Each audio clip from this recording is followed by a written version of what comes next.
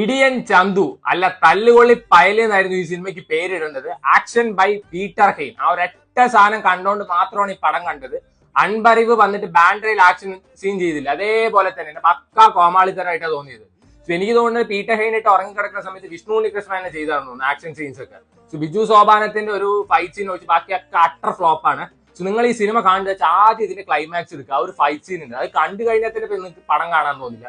അടുത്തൊരു കോമാളിത്തരം കാണിച്ചിരിക്കുന്ന IM വിജയനാണ്. ഈ ഫൈറ്റ് സീന്റെ ഇടയിൽ ഇങ്ങനെ ഫുട്ബോളും കൊണ്ടുവന്നിട്ട് ബൈസൈക്കിൾ കേക്കൊക്കെ അടിച്ചിട്ട്. എന്റെ പൊന്ന് ബ്രോ, നിങ്ങളൊക്കെ നമ്മൾ ഭയങ്കര റെസ്പെക്ട് ചെയ്യുന്ന ഒരു മനുഷ്യനാണ്. ആ സമയത്ത് ഈ ഡയറക്ടർമാർ അവരെ കോമാളിത്തരും പൊട്ടത്തരും പറയുന്നത് കേട്ടിട്ട് നിങ്ങൾ ഇതിന് കിടന്ന് തുള്ളാൻ പാടും. വേറൊരു പെണ്ണും പിള്ള ഫൈറ്റ് സീന്റെ ഇടയിൽ സ്കൂളിന്റെ മണ്ടേക്ക് ഒരു ദേവസേനെ പോലെ അമ്പും വില്ലും പിടിച്ചിട്ട് അജിത്തും കാജൽ അഗർവാൾ ആ മറ്റേ പടത്തിൽ എനിക്കൊരു വിവേകത്തിൽ എന്തോണോ ഫൈറ്റ് ചെയ്യുന്ന സമയത്ത് ഇന്ന് പാട്ട് പാടില്ല, അതേപോലെ ഫ്ലാഷ് ബോംബ് നടത്തുള്ളൂ ഇതിന്റെ ഇടയിൽ. അയ്യേ, ഒരു പന്ന പടന്ന് വേണമെങ്കിൽ പറയാം. അടുത്ത വേറൊരു കോമാളിയാണ് ഇതിലത്തെ